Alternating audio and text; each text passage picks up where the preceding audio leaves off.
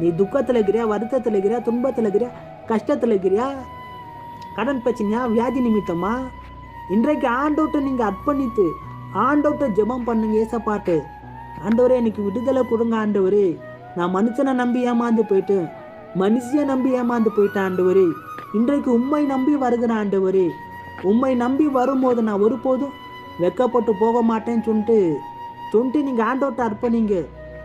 ஆண்டவர்கிட்ட உங்கள் பாரங்களை வச்சுடுங்க. ஆண்டவர் கூப்பிட்றார், வா உனக்கு நான் இளைப்பாறுதல் தரேன், நான் உனக்கு சந்தோஷத்தை தரேன், நான் உனக்கு இன்பத்தை கொடுக்குறேன், நான் உன் கஷ்டத்தை மாத்துறேன், உன் துக்கங்களை எடுத்து போடுகிற கர்த்தர் நானே அப்படின்னு கூப்பிட்றார் ஆண்டவர். ஏன்னா எவ்வளோ நல்ல ஆண்டவர் பார்த்தீங்களா நம்மளுக்கு. யாருன்னா சொல்ல முடியுமா? சொல்ல முடியாது. இன்றைக்கு சொல்ல முடியாத துயரத்தில் இருக்கிறியா, நீ ஆண்டவர்கிட்ட அர்ப்பணி, ஆண்டவர் உனக்கு விடுதலை கொடுப்பாரு.